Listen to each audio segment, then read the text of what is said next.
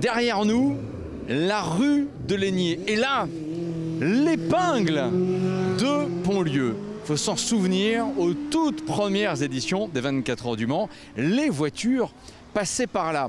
Hervé Guillaumard, 1923, première édition des 24 heures du Mans, le premier circuit développait 17 km 262. Aujourd'hui, un tour de circuit, c'est 13 km 626. Et effectivement, après la fameuse ligne droite des stands, on empruntait le chemin de Laigné, aujourd'hui on parle de la rue de Laigné, jusqu'à venir ici à l'Épingle. On parlait du plateau du Ronceret. Ah. Les voitures descendaient par le plateau du Ronceret. Effectivement, c'est une pente relativement douce, mais longue, et donc elles arrivaient ici avec une vitesse élevée. Enfin, élevé pour l'époque. Hein. Ouais, 1920, c'était 1923, c'était peut-être 130, 140 km/h. Quand même. Jusqu'à 1927, donc on était là à 160 km/h. Ah, quand même. Donc un gros freinage, parce qu'on imagine quand même, c'est plutôt les pilotes qui assistent à la direction au lieu de disposer d'une direction assistée. Il fallait quand même être gros bras, parce que quand on regarde bien la forme du bâtiment derrière nous, c'était vraiment une épingle au sens premier du terme, au sens serré du terme là. Et certaines voitures n'avaient pas de frein sur l'avant. Ouais. Donc c'était je pense que c'était un moment compliqué. D'ailleurs, c'était la difficulté du circuit à l'époque. Alors, j'ai ramené une photo d'archive, moi je la trouve exceptionnelle. Regardez bien, cette image-là, c'est une photo qui présente justement la Chénard et Walker. Elle passe là, le virage qui est derrière nous. Alors, ce que je trouve génial, Hervé Guillaumard, quand on prend le temps de bien détailler l'état de la route, parce qu'on va le rappeler, hein, au début des 24 heures du Mans, on ne sait pas goudronné. Regardez bien, la Chénard et Walker, elle passe comme toutes les autres voitures. Voilà, là, il y a un dallage au sol, un petit peu comme si on avait mis quelque part des pierres ou des briques, Hervé. Hein. Des briques qui sont faites dans une petite briqueterie qui est à Laigné-en-Belin.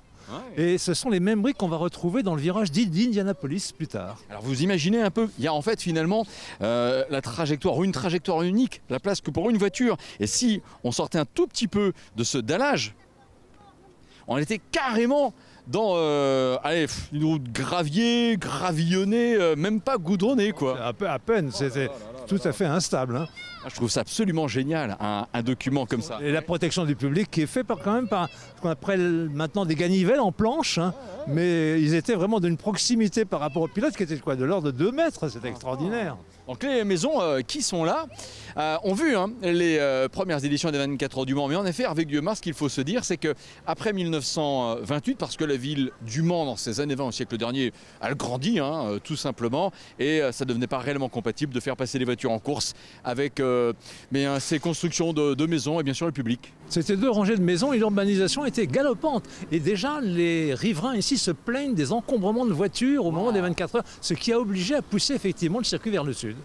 On va traverser, on va bien regarder autour de nous. Allez, allons-y, on peut.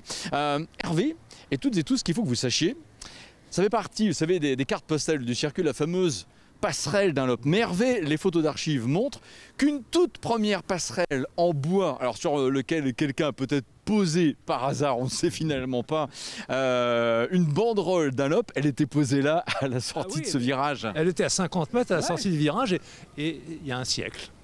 Alors, ce qu'il faut bien savoir, c'est que les Hunaudières que l'on connaît aujourd'hui avec le fameux virage du Tertre Rouge, avant les Hunaudières qui sont là, ça commençait ici.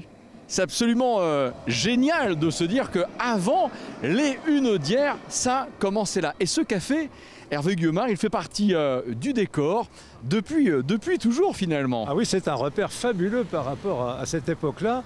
Et je pense qu'il y a une certaine partie des maisons qui sont là, les petites maisons basses qui étaient typiques du Mans, elles existent depuis effectivement avant les 24 heures. Donc vous imaginez un peu, pour le public qui est là, avec aussi les premiers marquages publicitaires hein, sur les maisons, vous voyez aussi les premiers éclairages hein, qui sont là, voilà les réverbères complètement arrivés ici, passer ce virage et ensuite, voilà, accélérateur pied dedans, entamer les Hunaudières. La prochaine étape, quelque part, sera le virage de Mulsanne. Allez, globalement, on en est ici à 7 km.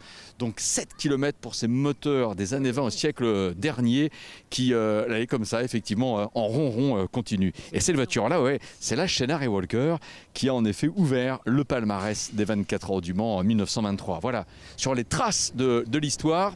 Passer ici ne peut pas nous laisser insensibles. Ici, c'est l'épingle de Pontlieu, empruntée par les concurrents des 24 heures du Mans de 1923 à 1928.